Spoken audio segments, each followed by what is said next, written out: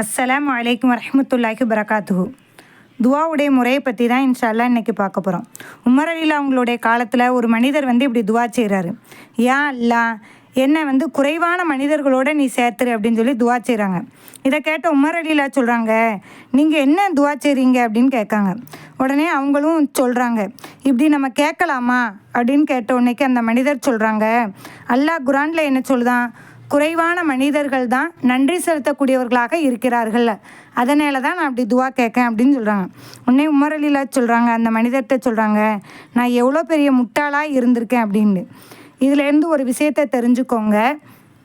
நாம் ஒரு அர்த்தத்தில் கேட்கும், ஆனால் அல்லாஹ் உள்ரங்கத்தையும் வெளிரங்கத்தையும் அறியக்கூடியவன், அப்படி தானே? மற்றவங்க என்ன நினச்சாலும் பரவாயில்லை, ஆனால் நம்ம துவா கேட்குற விதத்தை தப்பாக கேட்கக்கூடாது. யா அல்லாஹ், எனக்கு என்னதனாலும் கொடுத்துரு, எனக்கு ஒரு குழந்தையே தா அப்படின்னு சொல்லி கேட்கக்கூடாது. அப்படி எங்கள் கண்காண நடந்த ஒரு விஷயந்தான். ஒருத்தவங்க பல வருஷமாக பிள்ளை இல்லாமல் இருந்தாங்க. கிட்டத்தட்ட 18 வருஷத்துக்கு மேலேயே பிள்ளை இல்லாமல் இருந்தாங்க. இப்போ எனக்கு என்னன்னாலும் கொடுத்துரு, ஆனால் ஒரு பிள்ளையை மட்டும் எனக்கு தந்துரு அப்படின்னு சொல்லி கேட்கும்போது, அந்த புள்ளை வந்த உடனேக்கு அவங்களுக்கு அந்த பிள்ளையை தூக்க முடியாத ஒரு நிலை ஏற்பட்டுச்சு. இந்த மாதிரி நிறைய பேர் எவ்வளோ கஷ்டத்தினாலும் எனக்கு தாய் அல்லாஹ், ஆனால் எனக்கு ஒரு குழந்தைய தா அப்படின்னு சொல்லி கேட்டவங்க கடைசியில் அந்த பிறந்த பிள்ளைக்கு பால் மாவு வாங்க முடியாத ஒரு நிலை கூட ஏற்பட்டுச்சு. அதனால் அல்லாஹு தாலா கஞ்சன் கிடையாது, அவனுடைய அருள் மிகப்பெரியது.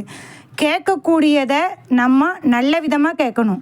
அல்லாட்ட கேட்குறோம், அல்லாஹ் 100 மடங்கு நம் மீது அன்புடையவன், யாரை விட, தாயை விட. அதனால் நாம் ஒரு பச்சை புல்லை இல்லை நம்மளுடைய புல்லை நம்மள்கிட்ட எப்படி அடம்பிடிச்சு கேட்குமோ அதை விட நம்ம கூடையே என்ன செய்யலாம், ரப்புல் ஆலமீன்ட்ட நீ தான் தரணும். நம்ம எப்படி துவாவில் சொல்கிறோம், இய்யாக நஅபுது வ இய்யாக நஸ்தஈன் அப்படி சொல்கிறோம். ஒன்றைத்தானே நாங்கள் வணங்குறோம், ஒன்றைத்தான் நாங்கள் உதவி தேடுவோம் அப்படின்னு சொல்லி நம்ம அல்லாஹ் தாலாட்ட பேசுகிறோம், அப்படி தானே? அதனால் நம்ம கண்டிப்பாக கேட்குறத நல்ல விதமாக கேட்கணும். அடுத்தவங்க தவறாக நினச்சா கூட பரவாயில்ல, கேட்குறத நம்மளுடைய உள்ளத்துக்கு நம்மளுக்கு தெரியும், நம்ம நல்ல விதமாக தான் துவா கேட்கணும். 2வது, முட்டாத்தனமான துவா கேட்கக்கூடாது அப்படிங்கிற ஒரு விஷயத்தை பதிவு செஞ்சேன்.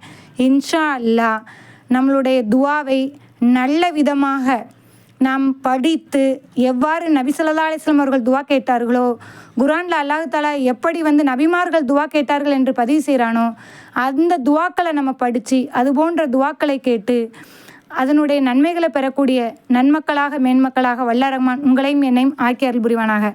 அஸ்ஸலாமு அலைக்கும் வரஹ்மத்துல்லாஹி வரகாத்துஹு.